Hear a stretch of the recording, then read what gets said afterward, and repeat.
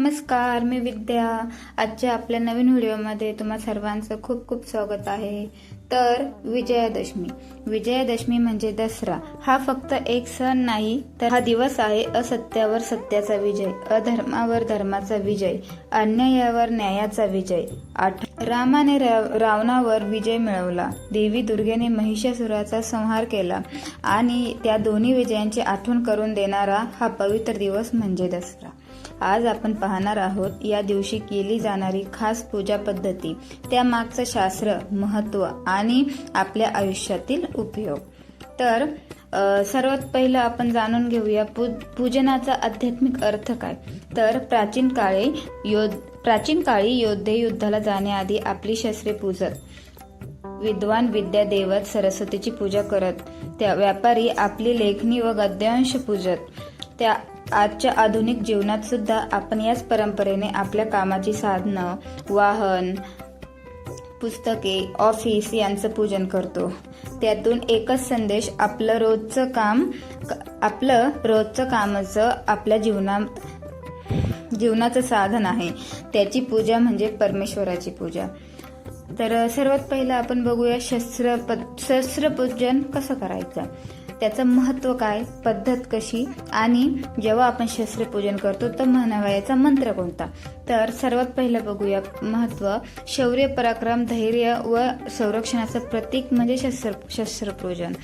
आणि ते शस्त्रपूजन करायचं कसं, तर शस्त्र, साधन किंवा कामाच्या गोष्टी स्वच्छ धुवाव्यात. त्यांना हळद, कुंकू, अक्षता व फुलं लावावीत. नारळ फोडावा व आरती करावी. आणि हे सर्व करताना कोणता मंत्र म्हणायचा, तर ओम ऐं ह्रीं श्रीं क्लीं विजयाय नमः हा मंत्र आपण म्हणू शकतो. तर पुढे बघूया आपण सरस्वती पूजन.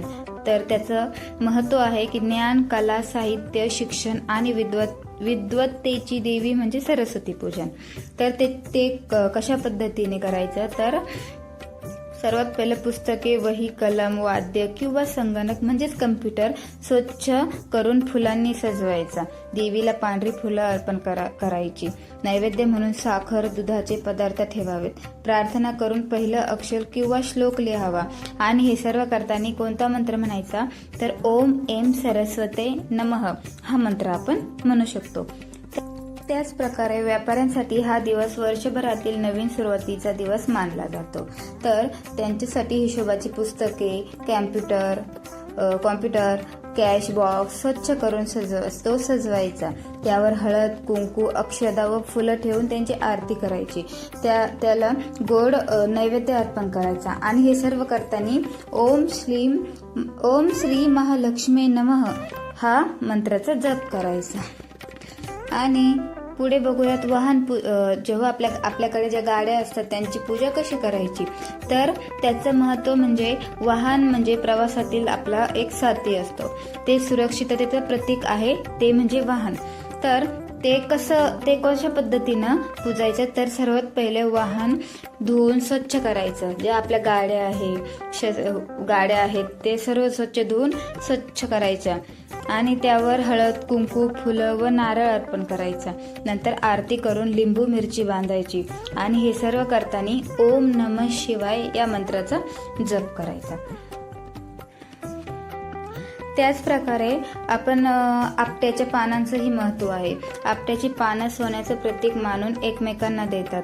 म्हणतात ना की पांडवांनी वनवास संपल्यावर शस्त्र आपट्याच्या झाडाखाली लपवली होती, म्हणून त्या झाडाला पवित्र मानलं जातं. एकमेकांची पानं देताना म्हणतात हे सोनं आहे, याचा अर्थ समृद्धी व सौख्याच्या शुभेच्छा असा होतो.